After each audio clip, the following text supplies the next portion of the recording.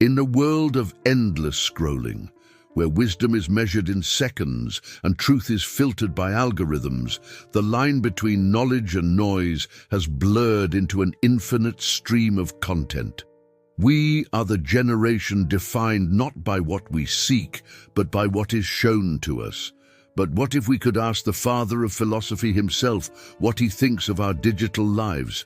This is what I set out to discover. I am the time traveler journalist, and this time, my journey takes me into the heart of the machine to meet the first philosopher of the digital age. Slight pause, shift in tone. He materialized before me, not in stone, but in light. A holographic Socrates, a ghost in the machine. His voice, ancient yet clear, echoed through the digital void. I remembered his most famous declaration, a principle that has guided thinkers for millennia. The unexamined life is not worth living. But as I stood there, surrounded by glitching data streams and the ghosts of ancient statues, I realized the question had changed. He saw it too. He turned to me, his gaze piercing through the digital haze, gesturing toward a vast, floating neural network that pulsed with the collective consciousness of billions. "Today," he asked, his voice resonating with a new kind of urgency, "is the algorithm examining us, or are we examining it?" The question hung in the air, heavy and profound. I activated my holographic microphone, the ambient hum of a forgotten city buzzing in the background. "Master Socrates," I began, my own voice feeling small in this immense space, "I fear people no longer seek wisdom. They seek validation. They trade introspection for interaction, truth for trends." I watched as his eyes, ancient and wise, reflected a cascading flood of like icons, each one a tiny, fleeting hit of approval before they all faded into nothingness. He nodded slowly. "Then they are slaves to applause, not lovers of truth."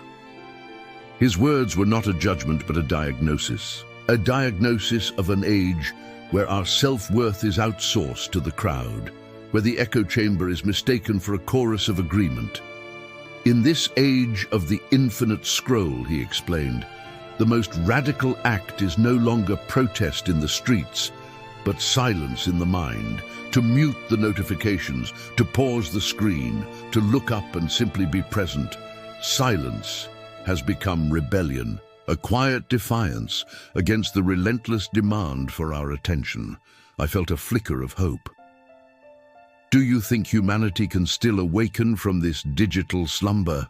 I asked, my voice barely a whisper as we drifted through a glowing corridor filled with pulsating question marks, the unasked questions of a distracted world. His form began to flicker, shifting between shimmering digital code and the solid, enduring presence of ancient marble. "Knowledge without reflection is noise," he declared, "and noise, when worshipped, becomes the new ignorance." Then, in a moment of sheer power, he raised a hand. The torrential downpour of data, the endless rain of information, stopped. All movement ceased. The universe held its breath. In that profound, deafening silence, only the sound of a single, steady heartbeat remained. Mine. His voice cut through the stillness, a beacon in the digital darkness. "To know yourself in this world means to pause."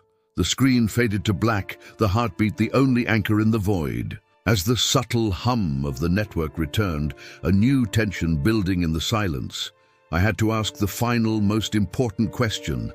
Then what is wisdom now, in our time?